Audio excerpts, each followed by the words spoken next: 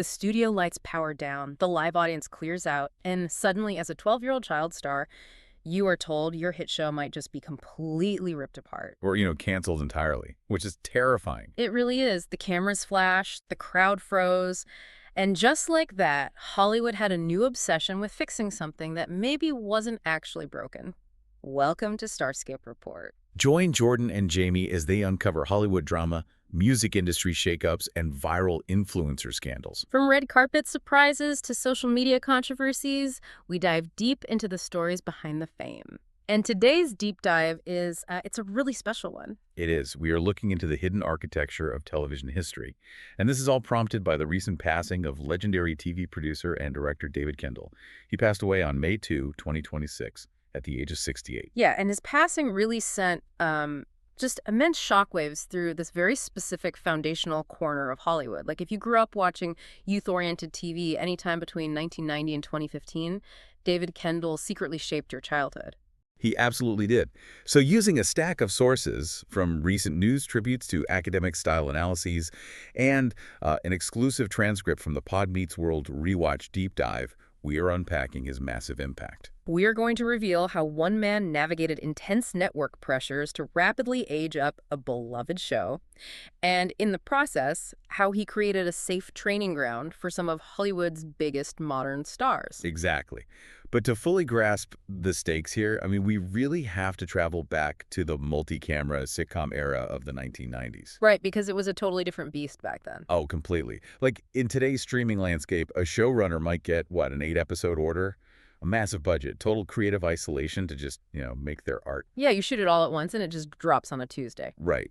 But back then, on broadcast television, you were feeding this relentless machine. Mm-hmm. This machine required 22 episodes a year, filmed in front of a live studio audience. Every single week. Every week. So changing the creative leadership of a show meant trying to alter its entire DNA while 20 million people were watching you do it in real time. Which is just wild pressure. Yeah. And the specific landscape they were operating in was ABC's TGIF block. Appointment television. Exactly. For those who might not remember, TGIF was Friday night appointment television. It was an institution geared toward kids and families. Now, the first season of Boy Meets World was created by Michael Jacobs, and he originally pitched it as essentially Growing Pains, but told from the youngest child's perspective. Which is a cute concept. It is. It was described by the cast and our sources as a warm, cozy blanket of a show. Which sounds lovely on paper, Yeah. but from a network executive's perspective, a warm, cozy blanket does not necessarily sustain a primetime run for 7 years. Right, they want a massive syndication level hit. Exactly. The executives at ABC were highly doubtful. They felt the tone skewed far too young. And they genuinely hated the title Boy Meets World because it sounded so incredibly awkward to say out loud. Okay, wait, I read they actually kicked around alternative titles after the show had already been on the air for a full year. They did? Like, they wanted to call it Corey's World, or even the untitled Ben Savage Project. Which just sounds like a moody indie film, honestly. It totally does. But I have to ask a genuine question here.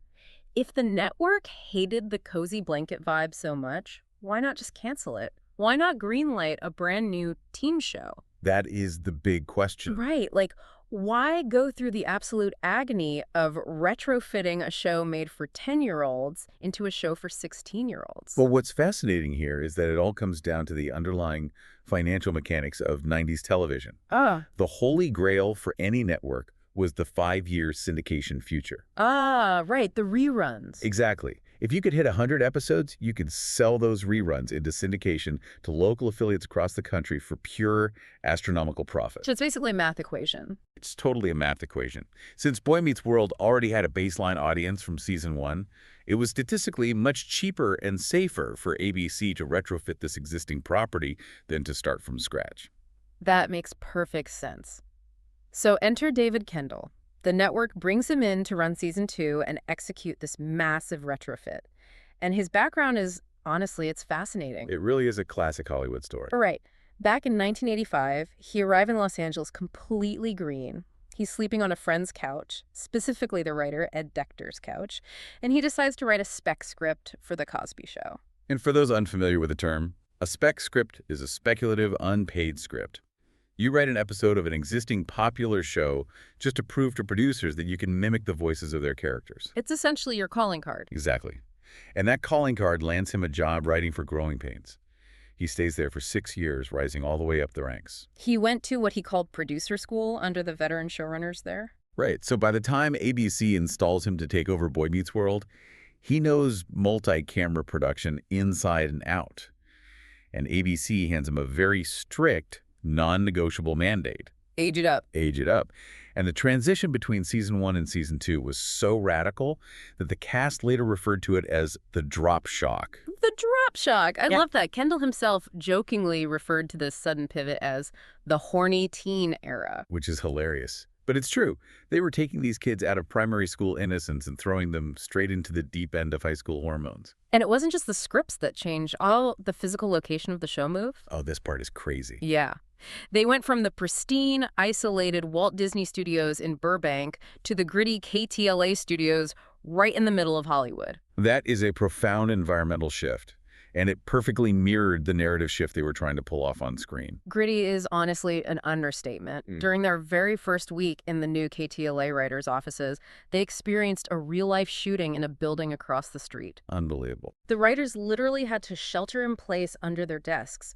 And to top it off, instead of the cheerful Disney commissary, their local lunch option was a Tuesday morning buffet at a nearby strip club. Oh my gosh. You can imagine how that kind of environment alters the psychology of the adults running the show. Totally. So to make this aged-up mandate work on screen, Kendall started introducing much edgier elements. Yeah. He brings in Mr. Turner, played by Anthony Tyler Quinn. The motorcycle teacher. Yes, this unorthodox, leather jacket-wearing English teacher who challenges the traditional authority figures. Yeah. And he introduces high school bullies, like Harley Kiner, who had this throwback, almost Happy Days intimidation vibe. But dropping a motorcycle teacher and a bully into a cozy family show sounds like a recipe for tonal whiplash. It really does. Like, it's like trying to rebuild an airplane while it's in midair, except all the passengers are going through puberty.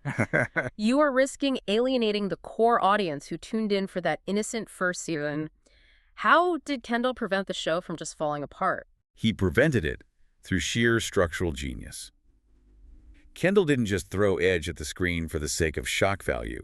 He anchored the chaos. Okay, how so? He did it by focusing obsessively on the underlying mechanism of the show, which was the core relationship between the two best friends, Corey and Sean. I mean, I guess, but how does focusing on a friendship anchor a network mandate to age up a show? Because it shifts the focus from plot-driven chaos to character-driven reaction. No matter how crazy the high school plots got, the emotional grounding was always built on how these two boys reacted to puberty differently. Ah, I see. Right. Kendall used their contrasting perspectives as the ultimate structural anchor. You put them in a mature situation, and you let Corey be terrified and neurotic, while Shirthna acts reckless and overly confident. That dynamic is universally relatable. Exactly. Oh, And it there's- completely stabilized the show. He also systematically integrated Topanga. Oh, the Topanga transition is fascinating. Right. In season 1, she was this quirky, almost fringe recurring character who drew on her face with lipstick. Yeah, she was very fringe. But over the course of 50 episodes under Kendall's guidance, she was carefully transitioned into a highly grounded, romantic lead. Which is just a masterclass in television writing. Networks today rarely have the patience to let a relationship breathe and evolve like that. By letting the romance between Corey and Topanga develop as a slow burn over multiple years, Kendall made the audience deeply invested in their maturity. And that slow burn is exactly why the audience stuck around. But wait till you hear what came next, because changing the script is one thing. Guiding real-life teenagers through these changes is another entirely. It's a completely different skill set. Right. And that is not even the wildest part. Later in the episode, we will talk about the shocking twist nobody saw coming regarding how these young stars actually survived Hollywood. Because it wasn't easy. If you've ever had a new boss come into your workplace and completely upend your workflow, you know the anxiety that causes. Now imagine you're 14 years old and millions of people are watching you try to adapt. It's unthinkable. Which leads directly to what might be Kendall's most profound impact, his fierce protection of child actors. To understand why this matters, we have to look at the reality of 90s television sets. The environment for child actors was notoriously precarious. It could be incredibly damaging psychologically. I've heard horror stories. Oh, they are everywhere. Young actors were often subjected to emotional manipulation by directors trying to force a specific performance out of them. They worked exhaustingly long hours within the absolute limits of labor laws. And there was this constant looming threat of what the industry called the chopping block. Yes, the chopping block. Basically, if ratings dipped or if a network executive decided they didn't like how a kid's face was aging, they would just fire them and bring in someone new without a second thought. It treated children as completely disposable commodities. But Kendall aggressively resisted that culture. When the core cast Danielle Fishel, Ryder Strong, and Will Friedle paid tribute to him on their podcast recently, they emphasized how vastly different his day-to-day approach was. Yeah, one former writer noted that the moment Kendall took over, the writer's room and the soundstage instantly became a safer, joyous, fertile place to collaborate. He turned the set into a genuine safe haven. And you can see the direct results of that safety in how the actors were allowed to evolve. Oh, absolutely. Take Will Friedle, who played the older brother, Eric Matthews. Right. In a standard run-of-the-mill 90s sitcom, a director would just tell the actor playing the older brother to say the line louder, act stupid, and be the punchline. Because it's the easiest, laziest writing choice available. The dumb guy trope. But Kendall completely refused to do that. According to the transcript, he watched Friedle closely and recognized this intense, almost manic commitment to physical comedy. We realized they had a young Jim Carrey on their hands. Exactly. So instead of writing Eric as stupid, he started writing him as a character who simply processes the world a beat differently than everyone else. I love that distinction. Right. He fed Friedle these wild, surreal, comedic scenarios, and Friedle committed to them completely. Why? Because Kendall fostered an environment where an actor felt safe enough to take a massive creative swing and fail during a take without the fear of being screamed at or fired. And we see that exact same philosophy of care applied to the dramatic side with Ryder Strong's character, Sean Hunter. Sean's storylines got really heavy. They really did. Kendall recognized Strong's acting chops and dedicated real screen time to giving the character dramatic depth.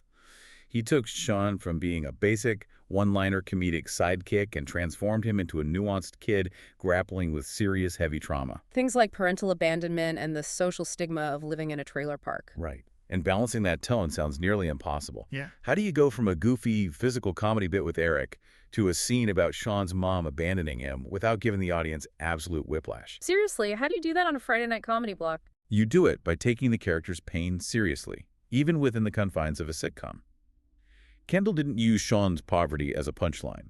He used it as an engine for character growth. Which is brilliant. It gave the show emotional ballast, which is exactly what a teenage audience going through their own real-world problems craves. And that level of care extended way beyond just the main cast.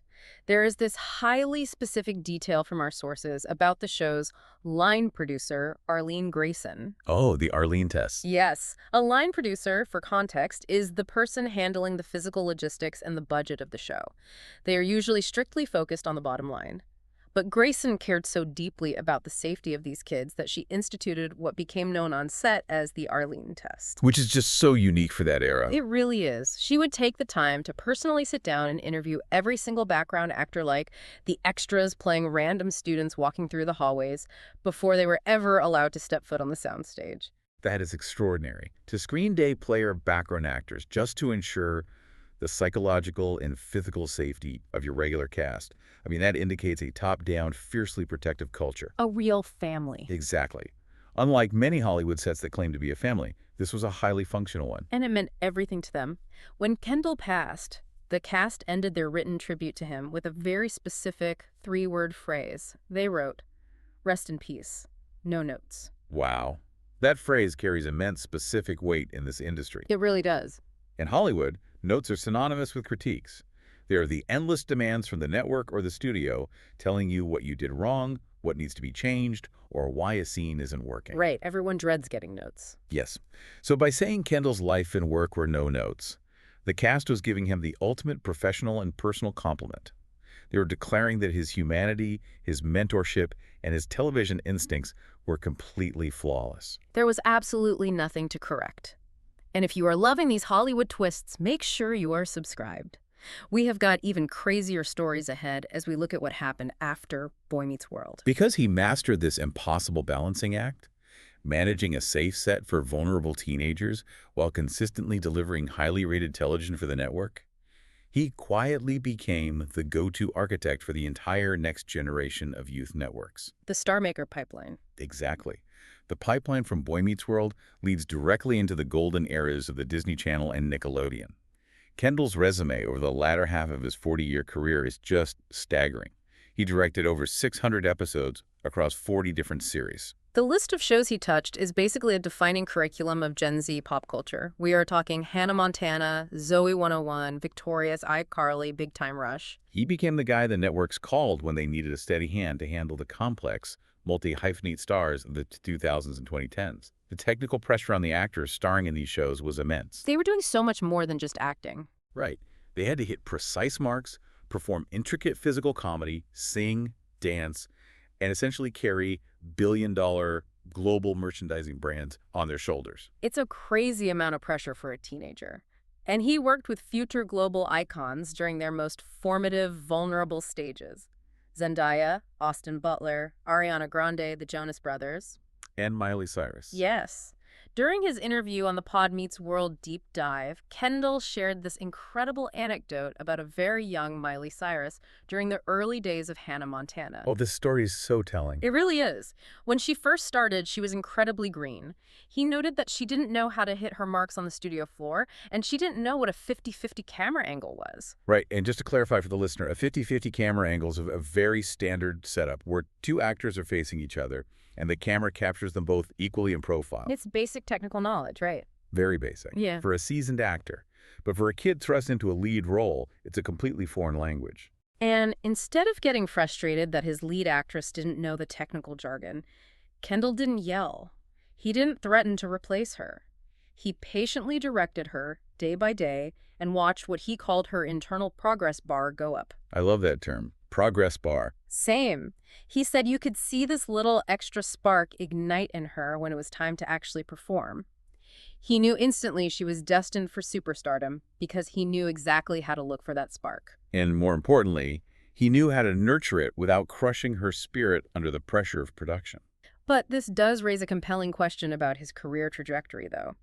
With all of his massive success as the showrunner on Boy Meets World, why did Kendall spend the latter half of his career primarily directing single episodes of these teen shows rather than creating and running his own massive television empires? He actually answered that directly in the transcript, and he uses this brilliant analogy that just makes total sense. He said that writing and producing a show, being the ultimate boss, the showrunner, is like parenting. Okay, parenting. Right. It is incredibly stressful. It's miserable at times. You get all the angry phone calls from the network executives about being 4% over budget. You love your kids, meaning the cast and crew, and you would do absolutely anything for them. But it is a grueling, exhausting existence. That sounds intense. It is. Directing, on the other hand, he said, is like grandparenting. Grandparenting, that captures the dynamic perfectly. Doesn't it? He explained that as a guest director, you get to swoop in on a Monday, have fun, impart your wisdom, play with the kids, create something great, and then leave at the end of the week. You leave all the budgetary headaches and the network politics to the parents. Exactly. And that grandparent energy is precisely what those high-stress Nickelodeon and Disney sets desperately needed. They needed a calm, steadfast professional who absorbed the anxiety of production and never, ever made the network's pressure the children's problem. So what does this all mean for us as viewers? If we look back at David Kendall's sprawling legacy, he wasn't just the guy who saved Boy Meets World from cancellation. No, he was much more than that. He wasn't just the writer who ushered in the horny teen era and successfully aged up Corey, Sean, and Topanga. He was a pioneer of the safe set. He proved unequivocally that you could balance the ruthless, budget-obsessed demands of network television with the delicate, vulnerable emotional needs of child actors. He left behind a massive army of what he fondly called his nieces and nephews in Hollywood. Healthy, grounded adult artists who survived the often toxic child star machine, specifically because he protected them. Which brings us to a rather provocative thought about where the entertainment industry finds itself today. Kendall's passing coincides with the slow, ongoing death of the traditional multi-camera sitcom. The industry has changed so much. It has. The television machine operates completely differently now. In the modern streaming era, we see much shorter seasons, maybe 8 or 10 episodes over 2 years instead of 22 episodes every single year. And there are rarely live studio audiences to provide that immediate communal feedback. Exactly. Shows are frequently canceled by algorithms before they even have a chance to find their footing or naturally age up their characters. As a result, the industry has largely lost those tight-knit collaborative producer schools that Kendall himself learned in and later fostered for others. The entire infrastructure has shifted. The mentorship pipeline just isn't built into the schedule anymore. It isn't. And the critical question we have to ask ourselves as consumers of this media is this. As the traditional sitcom format fades away, have we also lost the crucial safe sets that successfully guided talented children into grounded, healthy adulthood? That is a tough question. Are we losing the very infrastructure that allowed a dedicated mentor like David Kendall to quietly protect an entire generation of young stars from the shadows? That is a heavy but vital question to ponder the next time you queue up a new teen series. Stay tuned and hit that subscribe button so you don't miss what's coming next on our future deep dives. It's definitely something to think about as the landscape continues to change. You've been listening to Star Scoop Report, where Jordan and Jamie uncover the stories shaping Hollywood, music, and pop culture. Thanks for tuning in, and don't forget to subscribe for more stories that keep the stars shining.